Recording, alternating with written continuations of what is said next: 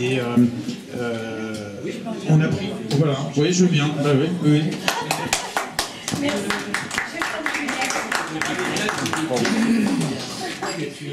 Sachez, avant qu'elle présente donc l'association, sachez que ce qu'on essaie de faire, alors c'est 2 associations, il y a le Salon Beige aussi, et puis j'espère très rapidement d'autres. L'idée, c'est de coordonner nos actions, c'est de faire en sorte que on ne soit pas, moi ça m'arrive souvent, je me dis, mince, purée, je suis passé à côté de cette manifestation, de cet événement, purée, si j'avais su.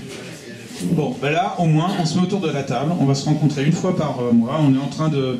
On va appeler ça un club, enfin, on n'a pas encore trouvé le mot, le terme exact, mais l'idée, c'est vraiment de coordonner nos calendriers et de faire en sorte que, ben voilà, si l'un organise un événement, eh bien, on est capable de tous participer. Et ça fait plus de monde, et puis on est plus fort. D'accord. Écoutez, oui, merci. Alors, c'est un petit mot d'ailleurs que j'avais prévu pour Philippe Boulan, parce qu'il m'avait demandé de lui rédiger un texte qu'il ferait paraître dans sa... Voilà, c'est gentil. Qu'il ferait paraître dans sa... comment dirais-je, dans son bulletin. Et puis il me l'a redonné parce que je dois rajouter un mot. Voilà, merci beaucoup. Bonsoir, d'abord merci au général que j'apprécie vraiment beaucoup. Merci à vous tous. Merci Patrice. Alors, je vais peut-être vous lire tout simplement, si vous voulez, le texte que j'avais rédigé pour l'Union nationale des combattants. Comme ça, ce sera un peu plus facile pour moi. Bien. Alors, tout d'abord, bien sûr, je tiens à vous remercier de l'intérêt que vous portez à l'Association universelle des Amis Jeanne d'Arc, ainsi qu'aux souhaits que vous avez émis de peut-être vouloir, ainsi qu'aux souhaits que vous avez émis peut-être plus tard de participer à différents événements. L'union fraternelle qui nous rassemble pour honorer ensemble Sainte Jeanne d'Arc, notre très grande sainte nationale et héroïne de la patrie. Il ne faut pas l'oublier. Héroïne de la patrie, le peuple français reconnaissant, est un lien très précieux et d'actualité avec tout ce que nous vivons depuis ces dernières années. L'Association universelle des Amis de Jeanne d'Arc a été créée en 1953.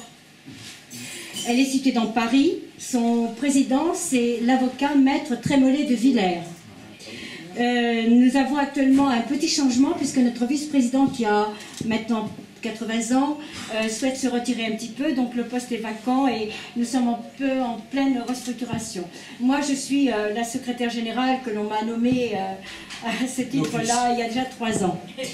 L'association est totalement apolitique, je tiens à le préciser.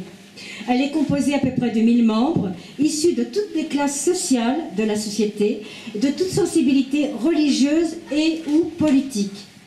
Son objectif a uniquement pour but de rassembler ceux qui cherchent à comprendre Jeanne d'Arc dans toutes les facettes de sa personnalité et la vénèrent dans toutes les dimensions de son personnage, actuellement réduit à quelques images, je dirais,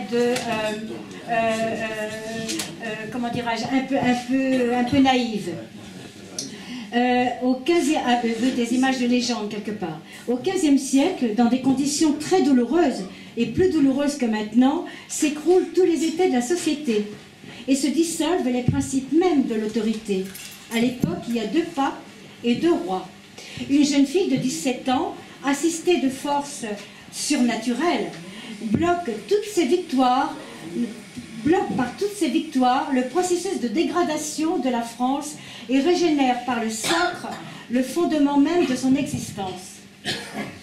Aujourd'hui, la restauration de l'image de Jeanne d'Arc devient impérative devant la décomposition évidente et continue de notre civilisation, et particulièrement la destruction programmée depuis ces dernières années de notre pauvre France.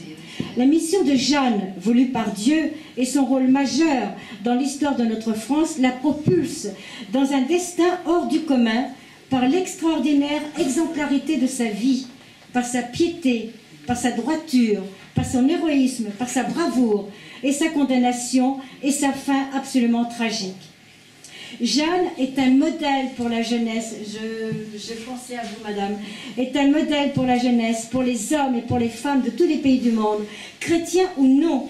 Elle est connue par son héroïsme et de nombreux peuples la vénèrent.